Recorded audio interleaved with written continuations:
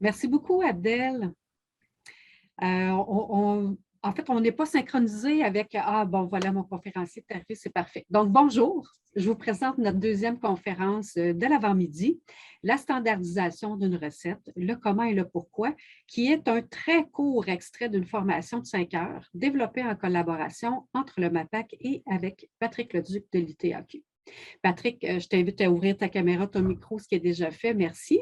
Tu vas pouvoir commencer à partager ton écran pendant que je te présente. Depuis 2015, Patrick est professeur à l'Institut de technologie agroalimentaire du Québec en transformation des aliments, plus précisément en formulation et standardisation de recettes, en hygiène et salubrité alimentaire. Il est donc formateur pour les formateurs accrédités du MAPAC, en transformation de la viande et en transformation alcoolique. Il est également chef d'équipe du programme en technologie des procédés et de la qualité des aliments depuis 3 ans.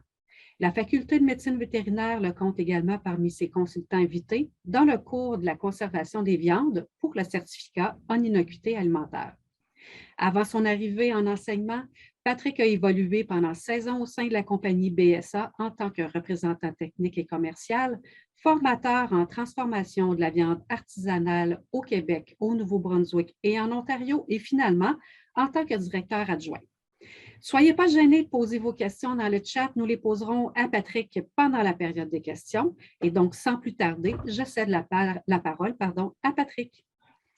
Bon matin tout le monde. Bienvenue à cette conférence, cet extrait de la formation, comme Julie a dit, sur un cours qui est donné c'est un cours qui a été préparé entre l'ITAQ et le MAPAC. Mais dans le fond, on voulait vous expliquer ce matin la standardisation de vos formulations, pourquoi c'est important, puis comment qu'on peut le faire. Donc, en partant, déjà, il faut faire une différence. C'est déjà la première conférence a mis un peu de la table là-dessus. La différence entre quand on cuisine à la maison pour nous, pour des invités qui viennent manger, et un produit qui va être destiné à la vente. L'objectif n'est pas le même. Quand on cuisine pour nous, la recette peut changer, le goût peut changer, on peut s'adapter selon la disponibilité de nos ingrédients. Quand on parle d'un produit commercialisé, dans le fond, c'est un produit qu'on va vendre à une clientèle et cette clientèle-là s'attend à ce qu'à chaque fois qu'ils vont acheter le produit, bien, le produit goûte la même chose, qui rappelle une expérience vécue. C'est pour ça qu'ils veulent le racheter.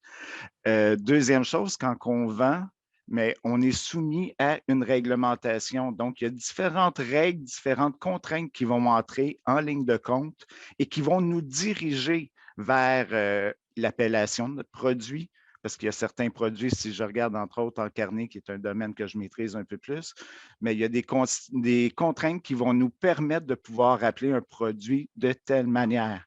Si on regarde des crotons, bien, des crotons doivent obligatoirement provenir du porc. Je sais que des fois, il y en a qui disent, oui, mais moi, je fais un croton de poulet ou un croton de veau. Selon la réglementation, on n'a pas le droit d'utiliser l'appellation croton. C'est une crotonnade, une tartinade, mais ce n'est pas un croton. Donc, on voit que quand on veut commercialiser le produit, il y a différentes choses qu'on a à surveiller et, entre autres, la composition de notre produit. Donc, c'est pour ça qu'on va regarder aujourd'hui, dans un petit 20-25 minutes, les démarches qu'on doit mettre en place quand on veut formuler, mais surtout standardiser une recette dans le but, après ça, de la représenter, de la refaire à différentes quantités, mais que le produit soit toujours similaire. C'est sûr qu'il y a certains produits que, dépendant quand on varie les quantités qu'on va faire, ça peut avoir un impact. Je ne veux pas embarquer dans les exceptions aujourd'hui. Je veux vraiment qu'on y aille dans le général et le fichier que je vais vous montrer, mais dans le fond, s'adresse à ça. Donc, si je regarde aujourd'hui, ce que je veux faire, c'est vous présenter un outil qui est composé de 2 onglets principaux, soit un calculateur de recettes. Donc, je l'ai appelé le tableur. Vous allez voir des fois, dépendant comment je suis concentré, des fois, je l'appelle le tableur, des fois, je l'appelle le calculateur, mais on va toujours faire référence à cet onglet-là qui vous est présenté à l'écran. Et c'est un fichier Excel.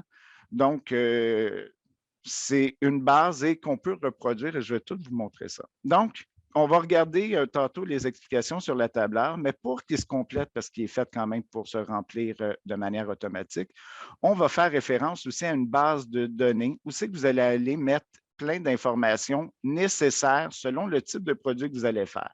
Je vous présente un exemple aujourd'hui qui est plus rattaché un peu aux viandes, mais vous allez voir que c'est modulable pour s'adapter à vous parce que dans le fond, je vais vous montrer l'importance de standardiser et que c'est que ça peut vous apporter.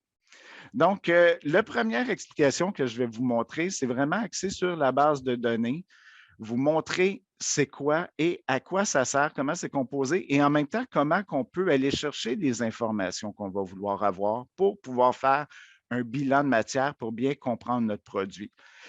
L'outil a été conçu aussi à la demande du MAPAC de donner une idée approximative du coût de revient. Dans le fond, c'est pour que vous puissiez porter un jugement. Est-ce que c'est pertinent de faire la transformation de mon produit? Est-ce que j'ai vraiment un plus-value? Est-ce que c'est rentable de le faire?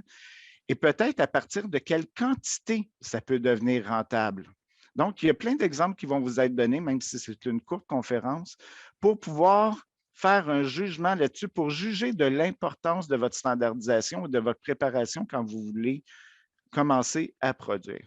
Donc, on va le décomposer un petit peu. Donc, en premier, vous voyez qu'il y a un en-tête avec différentes sections dessus. Donc, si je regarde la première colonne qui s'appelle description, dans le fond, c'est là que vous allez marquer tous les intrants dans votre formulation. Donc, on va retrouver les ingrédients, mais on l'a poussé quand même un petit peu plus loin. On peut même mettre la main-d'œuvre. Quand vous travaillez comme ça, vous ne faites pas ça gratuit. Vous avez un taux horaire qu'il faut que vous calculiez parce que ça va avoir un impact direct sur le coût final et est-ce que c'est justifié de faire ce produit-là à telle quantité? Peut-être que vous le vendriez à perte. Il faut être en mesure de pouvoir le faire un peu. Il y a l'emballage aussi. Donc, il faut tenir compte de l'emballage. Ça fait partie des intrants qui sont facilement calculables. Je ne veux pas rentrer les produits de lavage, je ne veux pas rentrer l'électricité là-dedans. Il y a un logiciel beaucoup plus complet qui est fourni, qui peut être disponible par le MAPAC, qui va vraiment vous donner le coût de revient du produit. Ici, il faut vraiment garder en tête, c'est pour vous donner une approximation. Est-ce que c'est pertinent ou non? Ici, vous avez des colonnes pour pouvoir faire des suivis sur des constituants. Moi, selon la réglementation de mon produit, c'est important de savoir la quantité. Ici, j'ai marqué protéines, lipides, glucides, mais il y a peut-être d'autres constituants que vous voulez savoir, que vous voulez faire des suivis dans votre bilan de matière. Donc, c'est ici que vous allez le faire. Vous remarquez qu'il y a deux couleurs, ce n'est pas par hasard. Dans le fond, la première, c'est vrai, j'avais d'autres choses à dire. Les données, ils viennent de où? Là, je vais vous montrer tantôt comment aller chercher ces informations-là parce que c'est l'objectif principal du calculateur de pouvoir faire un bilan de matière. Donc, je vais vous montrer dans des diapositives qui s'en viennent comment aller chercher cette information-là. La première colonne, donc je reviens à ce que je voulais dire tantôt. La première colonne, c'est l'humidité. Pourquoi qu'elle est différente? C'est que si on fait un produit qui inclut de la cuisson, un mode de chauffage, on sait très bien que quand on va faire cette étape-là dans notre procédé, ce qu'on perd, oui, on va perdre quelques petits constituants, mais la majorité de nos pertes vont être constituées d'eau. Donc, dans mon calculateur de recettes qu'on va voir tantôt, cette colonne-là est spéciale parce que si je concentre mes autres constituants, l'humidité va être éliminée du produit. Il faut que j'en tienne compte. Donc, dans la programmation du calculateur, il y a une différence dans cette colonne-là et c'est pour ça qu'elle est en noir et qu'elle n'est pas modifiable. Par contre, les autres cellules à côté, dans le jaune, bien, vous pouvez décider quel constituant vous voulez valider. Est-ce que c'est pertinent pour vous de regarder les protéines totales si vous êtes dans les confitures, dans la transformation des légumes? Peut-être qu'il n'y a pas de réglementation sur les protéines. Cette colonne-là n'est pas pertinente. Vous pouvez l'enlever et la remplacer par un autre. Donc, si vous avez quand même 5 colonnes, c'est que vous pouvez faire 5 suivis différents de constituants dans votre produit. Je vous ai dit qu'on pouvait en même temps en servir pour avoir une idée approximative du coût de revient. Donc, vous avez la possibilité ici de venir marquer le coût de votre intrant et en même temps, la colonne à côté, est-ce que c'est en kilogrammes ou c'est en unités? Kilogrammes, c'est les intrants qui vont rentrer à l'intérieur de votre formulation qu'on doit tenir compte. Ceux qui sont en unités, c'est des extérieurs, donc c'est la main-d'œuvre, c'est l'emballage, c'est des intrants comme ça qui ne sont pas en lien direct avec votre formulation. Là, je sais qu'il y en a qui vont me dire, oui, mais c'est tout en kilogrammes. Oui, c'est tout en kilogrammes, même si je sais qu'il y a plusieurs formulations qui sont faites en tasses, en millilitres et tout ça. Il y a moyen de les convertir et on n'a pas le choix de travailler avec la même unité, tout simplement parce que la réglementation va vous demander, quand vous allez faire votre liste d'ingrédients, de classer vos ingrédients par ordre d'importance dans le produit. Et on ne peut pas faire l'exercice si on est avec différentes unités de mesure.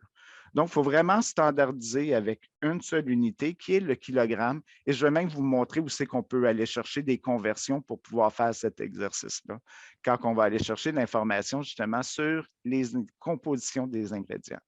Donc, ça fait un petit peu le tour de ma base de données. Maintenant, comment je vais aller la compléter?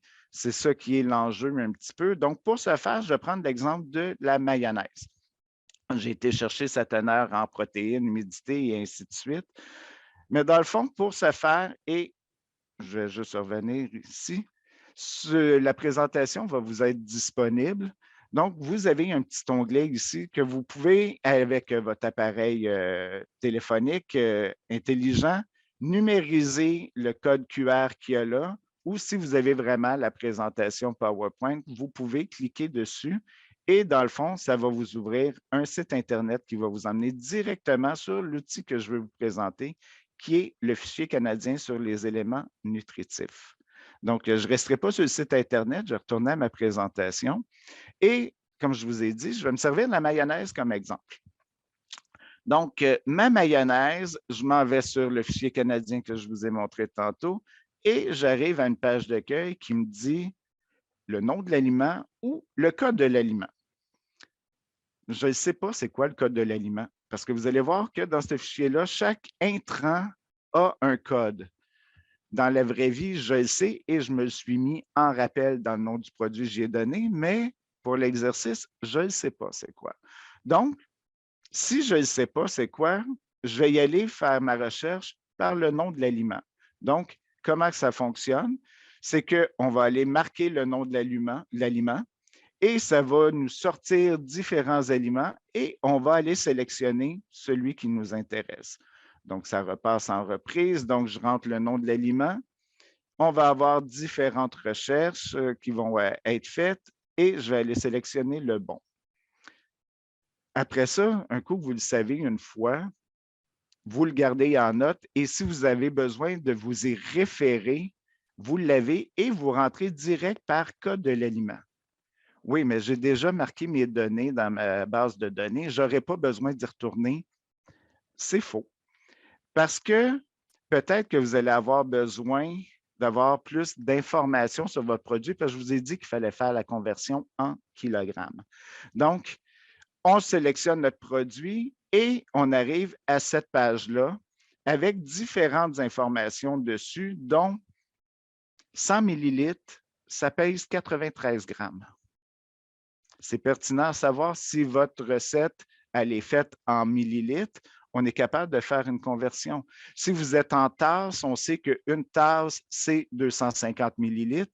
Donc, on est capable de venir chercher un élément pour faire la conversion en grammes et le faire en kilogrammes et pouvoir s'en servir tantôt dans notre calculateur de recettes. Donc, c'est pour ça que de garder le numéro de référence du produit pour le fichier canadien sur les aliments nutritifs peut être pertinent plutôt que de refaire une recherche et d'essayer d'aller retrouver notre élément par après. Donc, fin de la parenthèse, je reviens, je veux aller compléter ma base de données. Donc, je vais choisir le 100 grammes de portions comestibles. Pourquoi? Parce que je veux que les informations qui me soient données soient un pourcentage. Donc, j'ai bien sélectionné la bonne ligne. Je vais aller faire produire le produit, le profil nutritionnel et j'arrive avec ces informations-là. Donc, j'essaie de faire disparaître ma barre en bas. Elle ne veut pas. C'est des choses qui arrivent. Donc, on voit qu'il y a des informations qui apparaissent dans le tableau et c'est exactement les mêmes informations que j'ai reportées dans ma base de données. C'est comme ça qu'on va pouvoir compléter notre base de données. C'est sûr, je me suis concentré là-dessus. J'ai fait une petite capture d'écran, mais la liste d'éléments, elle est très, très longue. Est-ce qu'on peut se servir de ça pour faire notre tableau de valeurs nutritifs? On pourrait avoir une légère approximation, une légère idée, mais il faut savoir que quand on veut faire le tableau des valeurs nutritives, ça tient compte de plusieurs choses qui sont plus poussées. Entre autres, on va tenir compte du mode de cuisson qu'on va utiliser pour ce faire, parce que dépendant comment on va cuire, il peut y avoir une plus grande dégradation de certains intrants et je ne suis pas en mesure de faire ça ici. Donc, c'est vraiment le tableau des valeurs nutritives est fait à part. Donc, ici, c'est vraiment pour avoir une idée approximative de notre bilan de matière, parce que si je prends comme exemple la transformation des viandes, bien, il y a certains produits que je dois avoir une teneur minimale en protéines de viande, en protéines totales, une réglementation sur la quantité de tel ou tel ingrédient qui doit être présent à l'intérieur. C'est à partir de ce calculateur-là que je vais savoir est-ce que mon produit rentre dans les normes pour pouvoir appeler mon produit saucisse, croton, pepperoni, etc. C'est la même chose pour les autres types de transformation. Si je suis dans le produit laitier, si je suis dans la transformation des fruits et légumes, c'est la même chose. Donc, ça, c'est dans les volumes sur les normes d'identité canadienne qu'on peut aller chercher ces informations-là. C'est sûr, ça ne fait pas partie de la présentation que je vous fais à matin, mais tantôt, Julie vous a parlé qu'il y a une formation qui existe, qui a été montée en collaboration, et ça fait partie de cette formation-là. Donc, je vais laisser ce sujet de réglementation-là à l'extérieur, mais c'est sûr que ça vient guider l'importance de vouloir standardiser notre formulation. Donc, on a été chercher toutes les informations qu'on a besoin des différents intrants qui composent la formulation. Donc, je suis maintenant prêt à passer à l'étape suivante qui va être justement de calculer à quoi ressemble ma formulation, ma recette. Donc, c'est là qu'on va transférer à l'autre outil qui est le calculateur. Et ce qui est important de savoir, c'est que les deux communiquent ensemble. Donc, quand on va dans la base de données, qu'on va rentrer les informations, l'objectif de ça, c'est de pouvoir compléter de manière automatique le calculateur et je vais vous montrer en quoi ça sert et en même temps, ça va vous montrer l'importance aussi, pourquoi c'est important de standardiser notre formulation. Alors, si on le décompose un petit peu comme ça, on voit qu'il y a un en-tête et dans l'en-tête, il y a deux couleurs. Il y a du jaune et il y a du bleu et c'est des objectifs qui sont différents et c'est là l'importance de standardiser. Quand on standardise notre formulation, ça va être les cellules jaunes. C'est quoi la standardisation? C'est quand vous allez aller créer votre recette de référence, celle qui ne changera pas. C'est votre base pour toute la suite des choses. Donc, on va travailler avec les cellules jaunes. Par la suite, vous voyez qu'il y a des cellules bleues. Et si je regarde la légende qu'il y a ici, les cellules bleues, ça va être les cellules qu'à chaque fois que vous allez produire cette recette-là, vous allez aller compléter les cellules bleues et ça va devenir la base de votre registre de contrôle. Vous le savez, quand vous produisez dans des fins commerciaux, les inspecteurs veulent avoir un suivi, une trace. On en a parlé légèrement dans la conférence tantôt de la traçabilité des ingrédients. Si jamais il y a un rappel, s'il y a quelque chose à faire avec votre produit, il faut être en mesure de le faire. Il faut avoir les informations pertinentes pour pouvoir faire un bon rappel ou un bon retrait. Donc, il faut pouvoir faire un suivi de notre formulation. À chaque fois que vous allez faire cette recette-là, vous n'utiliserez pas toujours les mêmes ingrédients de base. Ils vont avoir des numéros de lot différents. Donc, c'est important de savoir lequel j'ai utilisé dans cette fabrication-là. Donc, votre calculateur va avoir deux objectifs. Le premier, ça va être justement de créer votre formulation que vous allez standardiser.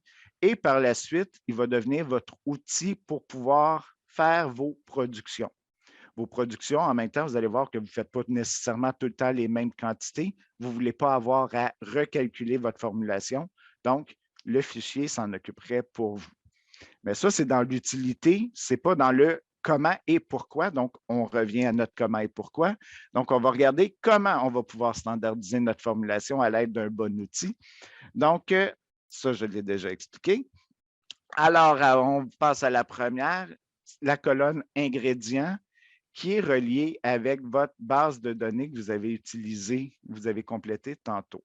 Donc, vous regardez, c'est une liste déroulante. Donc, je fais appel à ma base de données et si je regarde la démonstration qui est là, vous voyez qu'il y a une liste déroulante qui apparaît et je vais sélectionner les ingrédients que j'ai besoin et vous voyez, je vais juste laisser coût de l'ingrédient à côté. Vous voyez, ça se complète de manière automatique. Ces informations, c'est les informations que vous avez été rentrées dans votre base de données précédemment. Je vous présente la colonne numéro de l'eau et elle est bleue. Donc, c'est une colonne que vous allez avoir à compléter, que je vous suggère fortement de compléter à chaque fabrication que vous allez faire.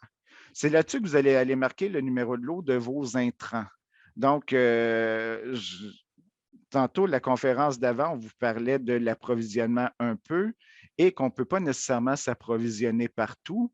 C'est sûr que si, je donne un exemple comme ça, si je veux aller m'approvisionner chez Bulk Barn, parce que c'est des aliments en vrac, il n'y a pas de numéro de lot qui est rattaché sur mon produit, je vais avoir de la difficulté à faire du rappel si jamais il y a un problème.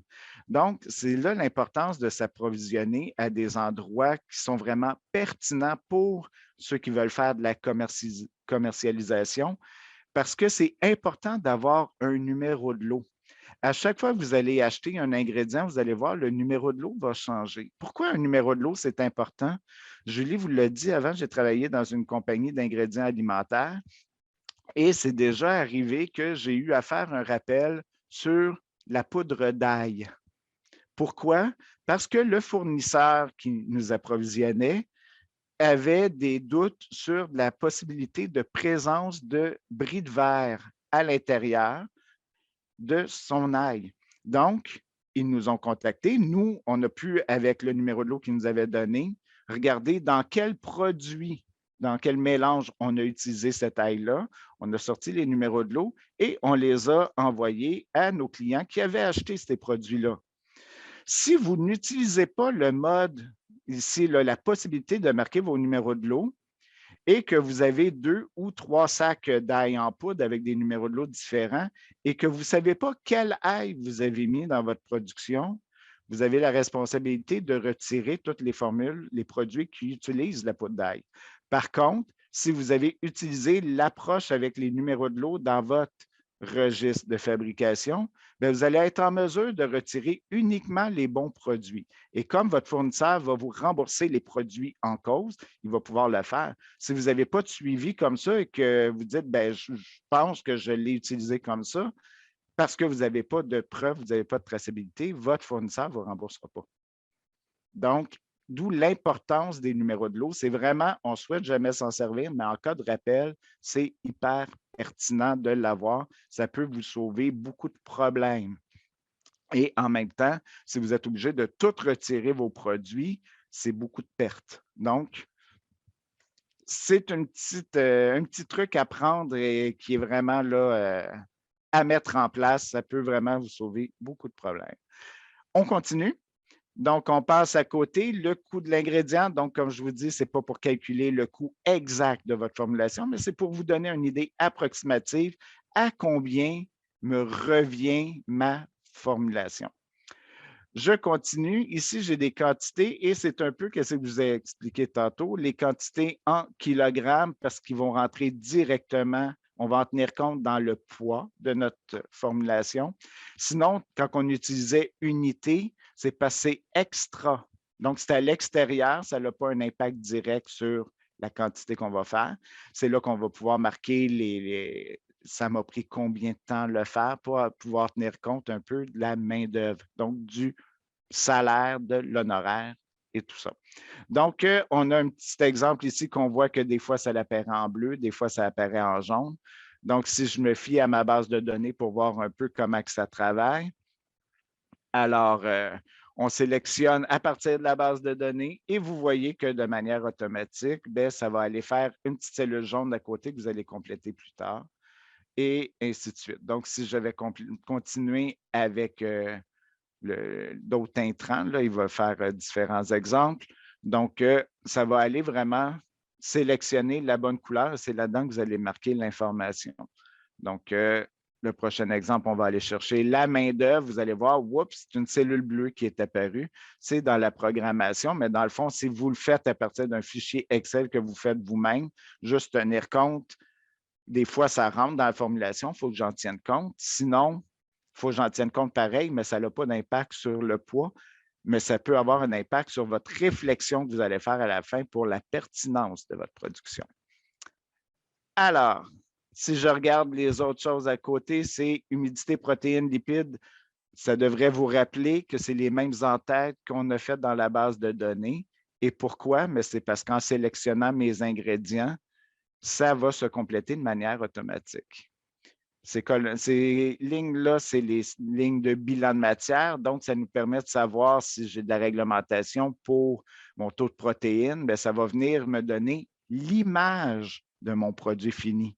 Depuis le début qu'on travaillait avec les ingrédients, votre matière première, mais il ne faut pas perdre de vue que l'objectif de ça, c'est avoir une idée de mon produit fini. Donc, c'est dans ces lignes vertes-là qu'on va avoir l'image à quoi ressemble mon produit fini au niveau de son bilan de matière, donc de sa teneur en humidité, sa teneur en protéines, sa teneur en matière grasse, etc. Il y a des cellules jaunes et des cellules bleues. Donc, la cellule jaune, c'est le rendement de cuisson. Vous allez cuire, vous allez diminuer votre quantité, vous allez avoir des pertes à la cuisson et entre autres, c'est des pertes d'humidité, comme je vous ai dit tantôt. Donc, il faut en tenir compte. Quand on développe des nouveaux produits, c'est sûr qu'on n'a pas nécessairement cette information-là. Il va falloir faire peut-être 2 ou 3 calculs pour pouvoir le faire, 2, 3 productions, et on va toujours prendre le poids avant cuisson, le poids après cuisson, on va faire la différence, on va aller calculer j'ai eu combien de pertes à la cuisson pour être en mesure d'aller justement mettre un chiffre là-dedans qui va nous donner une idée vraiment plus précise. Donc, ça va peut-être prendre 2 ou 3 productions pour pouvoir avoir un chiffre qui représente vraiment plus la réalité, mais c'est vraiment là que vous allez aller le marquer. Est-ce que j'ai un rendement de 95 %? Est-ce que j'ai un rendement de 80? Est-ce que j'en ai un de 60 parce qu'il y a beaucoup d'évaporation d'humidité? C'est là-dedans que vous allez le marquer. La petite cellule bleue, bien, si c'est bleu, c'est que vous faites un lien avec votre production. Donc, vous voulez produire combien aujourd'hui? Est-ce que vous voulez produire 1 kg, 5 kg, 25 kg? Vous allez aller le marquer là et ça va vous calculer votre formulation dans la colonne qui est vis-à-vis, votre colonne que vous allez fabriquer aujourd'hui. Donc, j'ai un exemple ici. Ma recette standardisée, elle est ici et je ne lui retouche plus. C'est un produit qui n'avait pas de cuisson, donc j'avais un rendement de 100 %. Et aujourd'hui, je décide que je fais juste 1,5 kg. Donc, en marquant cette donnée-là, bien, ça va se compléter de manière automatique au-dessus. Ici, c'est un aide-mémoire. Donc, vous avez de la réglementation. Si vous êtes dans les confitures, vous savez que vous avez de la réglementation tant qu'à la teneur en solide, en sucre et tout ça. Donc, vous allez venir vous faire des points de repère ici pour vous assurer que votre bilan de matière que vous avez vis-à-vis au-dessus respecte la réglementation. Donc, c'est un outil pour vous aider. C'est pour ça qu'on veut standardiser. On veut être sûr d'être selon les normes mis en place par le MAPAC, par l'Agence canadienne. Donc, ici, c'est un aide-mémoire. C'est en jaune parce qu'on va le faire quand on va faire la standardisation, mais ça ne changera pas par la suite quand on va utiliser. On continue et il y a un petit encadré à côté. Vous voulez commercialiser vos produits. Donc, vous allez mettre ça en format de quel format quand vous allez le vendre? Est-ce que c'est des 150 grammes, des 500 grammes, des 1 kg? Vous allez marquer votre poids de vente ici. Le nombre d'unités par kilogramme, bien, on sait qu'on a fabriqué tant de kilos dans la colonne ici. Donc, théoriquement, je devrais produire tant de produits finis. Est-ce que j'ai la bonne quantité d'emballage? Est-ce que j'ai vraiment toutes mes données ici sont correctes? L'autre cellule bleue, quelle marge de profit vous voulez faire? Est-ce que vous voulez faire du 10 20 35 Vous allez marquer votre marge de profit ici. Ça va venir vous donner une idée approximative du prix de vente suggéré. C'est là que ça devient pertinent. Est-ce que c'est ça vaut la peine de transformer mes fraises. Je suis capable de vendre mes fraises sans transformation à tel prix. Si je les transforme en confiture, ça me revient à tel prix.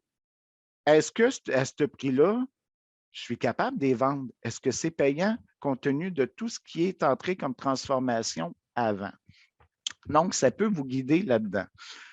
Donc, un exemple ici, donc, c'est ce que je viens de vous expliquer. Donc, si je fais des formats de 500 grammes, par kilogramme, ben, je vais faire 2 unités. Si j'en ai produit 10, donc, je vais avoir besoin, je vais produire 20 unités et à une marge de profit de 35 ça me reviendrait à 1,69 l'unité. Si c'est un produit que je vends facilement au-dessus de là, ben, je viens de voir que c'est pertinent de le faire. Si c'est un produit qui se vend aux alentours d'1 $, peut-être que ce ne serait pas pertinent. Donc, vous venez de vous donner une idée et c'est pour ça que c'est important de standardiser. Alors, on va faire un autre petit exemple comme ça, plus dans l'utilisation. Donc, j'ai fait un exemple de salade de poulet. Donc, dans mon exemple, si je le grossis un petit peu pour vous montrer, mon objectif, c'est de faire un 10 kg. Donc, j'ai marqué 10 kg ici et ma formulation, c'est inscrit automatiquement au-dessus. Jamais je vais changer les cellules jaunes et ici, le pourcentage ne changera pas non plus. Pourquoi? Parce que justement, je travaille à partir de ma formulation qui est standardisée. Donc, on est en mode production, on va aller compléter les cellules bleues. Donc, toujours important de marquer la date de production et d'y assigner un numéro de lot pour pouvoir vous aussi faire la traçabilité de vos produits.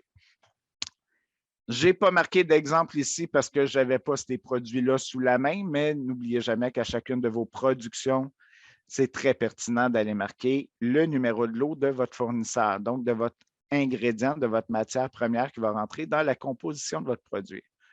Je veux faire un 10 kg aujourd'hui, c'est parfait, donc ça vient me calculer ma formulation. Par contre, si je veux changer, je veux faire 25 kg, bien, vous voyez que ça l'a changé au-dessus, ou je veux juste faire un 5 kg, ça l'a changé, mais jamais mes cellules jaunes et mon pourcentage ont changé. C'est uniquement ma quantité visée, ma production que je veux faire qui va être modifiée, et c'est ça qui va vous guider justement pour votre production. Vous voyez qu'il y a des petites cases bleues ici, donc vous voulez commercialiser votre produit, mais si vous voulez avoir une bonne idée approximative de votre coût, mais si je regarde, j'ai fabriqué 10 kg de produits finis. Donc, avec ça, je devrais faire 20 unités parce que c'est des emballages de 500 grammes. On ne le voit pas, il est marqué en arrière, mais ça me revient à 1,70 l'unité. Est-ce que c'est pertinent de vendre un contenant de 500 grammes de salade de poulet à un peu plus que 1,70? Oui, c'est pertinent. Donc, ça vaut la peine de le faire. C'est sûr que ça n'a pas inclus tous les coûts qui rentrent en ligne de compte. On n'a pas parlé d'amortissement de vos équipements. On n'a pas parlé d'électricité, produits de lavage et tout ça. Mais on s'est tenu compte juste à la formulation et avoir une idée approximative. Est-ce que c'est pertinent ou non? Ici, 20 unités, pour avoir une bonne représentation, il faut que je m'assure d'avoir le même nombre d'unités d'emballage pour le faire, pour que ça soit représentatif. Donc, pourquoi que ça peut être pertinent en même temps? Je vais prendre l'exemple, j'ai décidé, je fais une salade de poulet avec ma propre mayonnaise maison. Je la fais moi-même, ma mayonnaise. Je veux que ça soit le plus maison possible. Je ne veux pas acheter de mayonnaise commerciale. Je la fais moi-même. J'ai une bonne recette et c'est vendeur. C'est beau.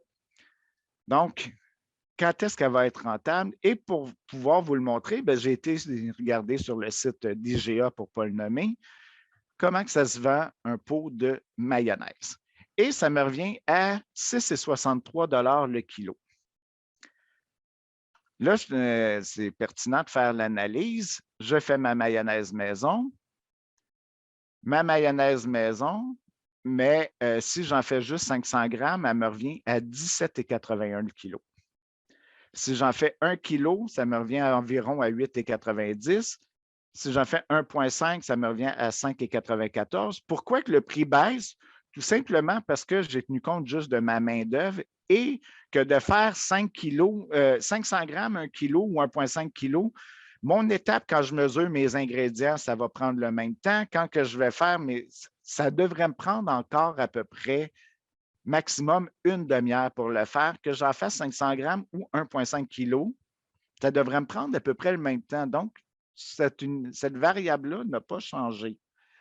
Par contre, OK, 1,5 kg, c'est là, hey, ça me revient moins cher, là, ça me revient à 5,94 le kilo. L'acheter, ça me coûte 6,63. Vous allez avoir une conférence qui va me suivre sur la durée de vie.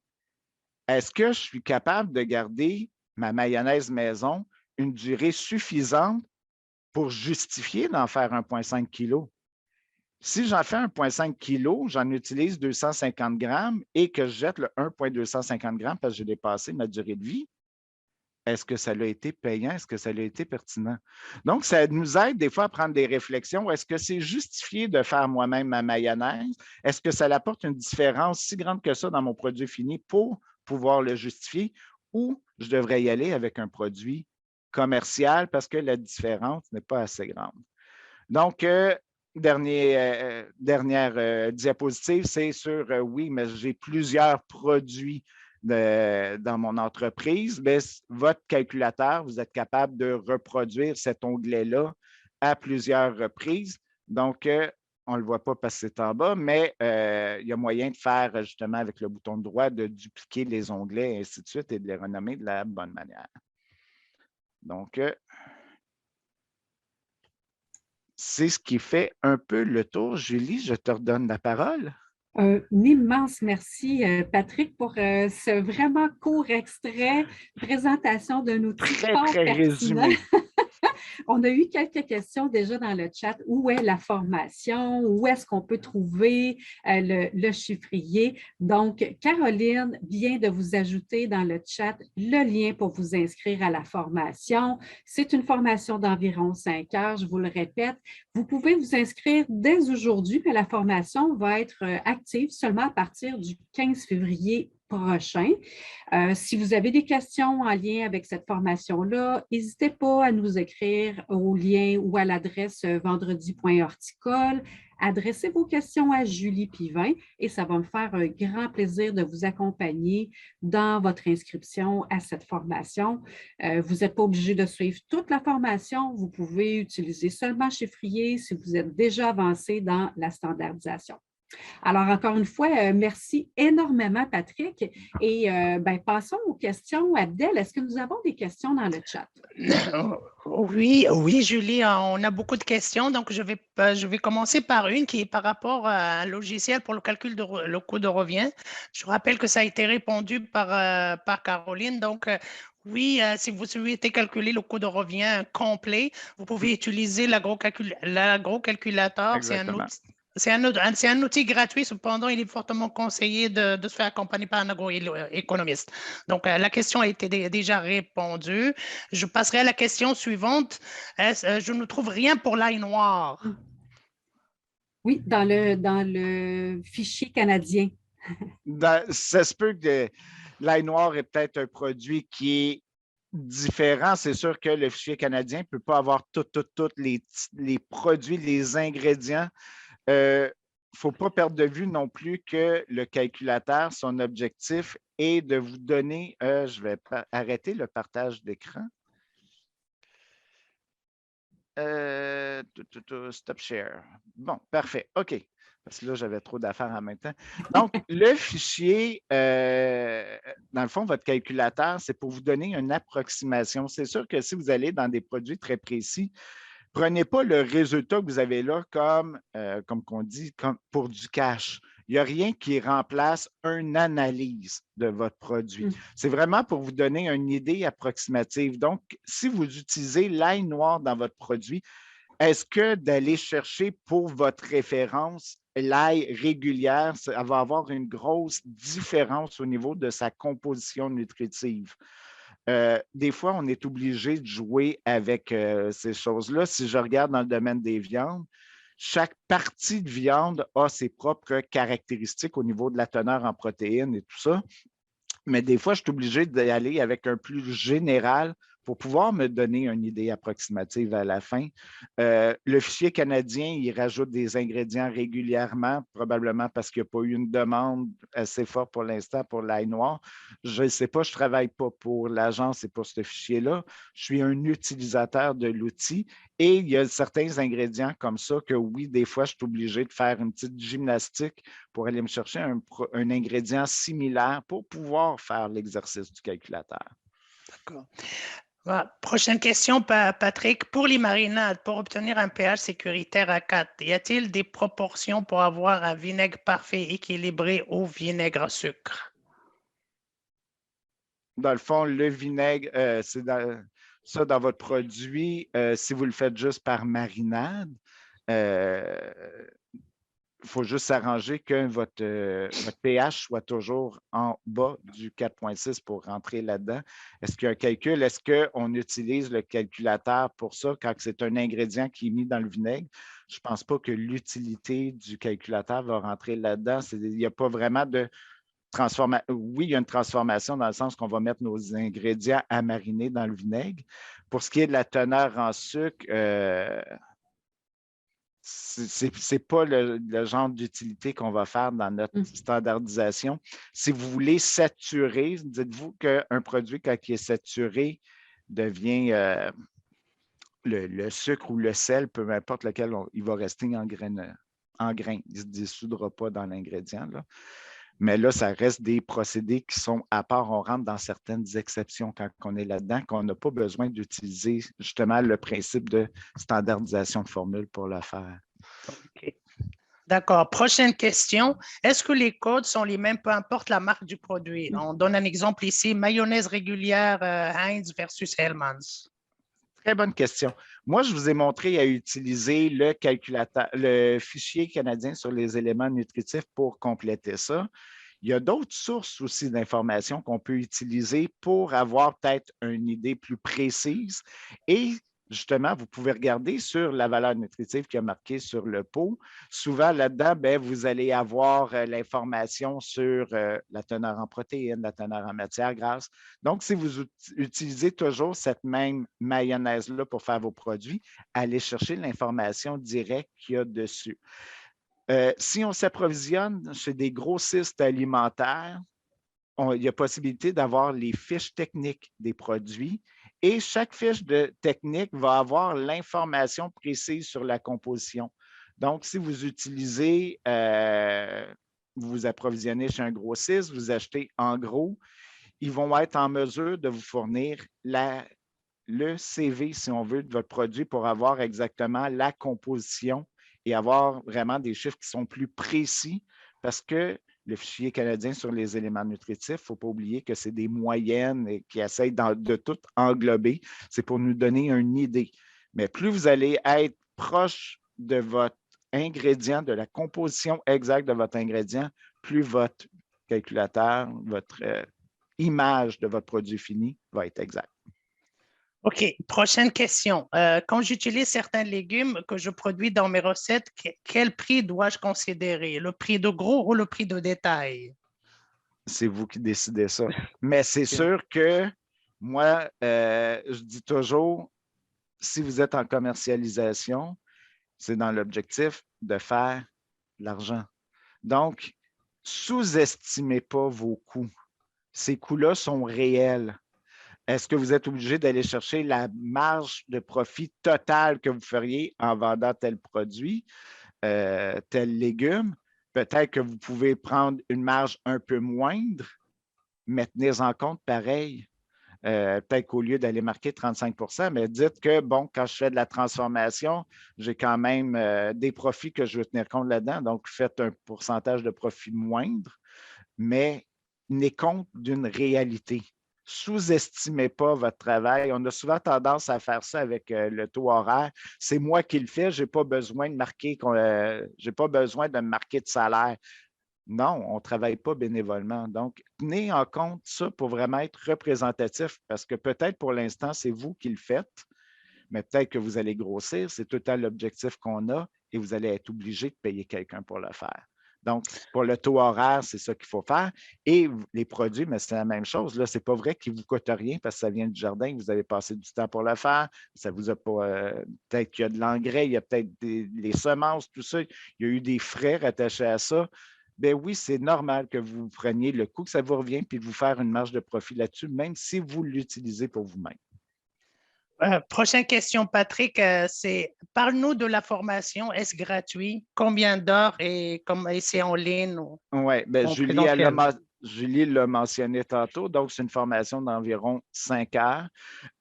Ça parle du fichier, mais ça va parler aussi de différents à côté qui sont en lien justement avec la formulation. On va parler des procédés à risque aussi, parce qu'il faut en tenir compte, ça fait partie quand même on va toucher vraiment la formulation, oui, mais il y a le procédé aussi là, qu'on va toucher un peu, parce qu'il faut en tenir compte. Est-ce que c'est beau savoir que oui, c'est rentable, tout ça, ça serait pertinent de le faire, mais est-ce que j'ai quand même l'à côté pour pouvoir m'assurer que ce produit-là est sécuritaire? Donc, il y a toute l'analyse des risques pendant le procédé qui vont faire partie de cette formation-là. Elle est gratuite. Ça va être à votre rythme. Ça va être des narrations, des capsules vidéo qui vont être là pour vraiment vous accompagner là-dedans. Mais c'est ça, c'est gratuit, accessible à partir du 15 février, mais comme Julie l'a dit, on peut s'inscrire immédiatement. Prochaine question, est-ce il existe un logiciel pour compléter le tableau de valeurs nutritives? Si oui, à quel endroit est-ce qu'on peut se le procurer? Je sais qu'il est disponible, mais souvent, pour les valeurs nutritives, on fait affaire vraiment avec, entre autres, il y a Syntec Agroalimentaire ici à Saint-Hyacinthe qui est spécialisé là-dedans parce qu'il y a beaucoup de choses complexes là-dedans. Il faut regarder plus que l'ingrédient qui rentre en ligne de compte. Il faut regarder le procédé de transformation. Si je fais une pièce qui est cuite par immersion dans l'eau versus une pièce qui est cuite au fumoir, qui est rôtie, qui est mijotée, il y a tellement de transformation, de dégradation de certains constituants, les vitamines et tout. Donc, il y a beaucoup de choses qu'il faut tenir en compte quand on s'en va faire le calcul des valeurs nutritives qu'un simple fichier Excel comme ça ne peut pas faire. Sans ça, la base de données serait tellement grande parce qu'il faut rentrer tous les types de transformations qui pourraient être faites. OK. Prochaine question. Est-ce que le chiffrier... Ça va être notre dernière appel. Oui, une dernière. Est-ce que le chiffrier de standardisation peut être utilisé pour tout genre de produits transformés? Pour une très grande... Oui, c'est sûr qu'il ne peut pas être universel. Il y a certains procédés de transformation. Entre autres, si on est dans le domaine de la transformation vinicole, c'est peut-être pas pertinent d'utiliser ça parce que ce n'est pas la même chose. On ne peut pas y aller par calcul. Mais la grande majorité des produits transformés, oui, on peut se servir de cet outil-là pour nous guider dans notre formulation puis dans nos suivis à faire. D'accord. Merci. Messieurs, Abdel, Patrick, un immense merci pour cette période de questions.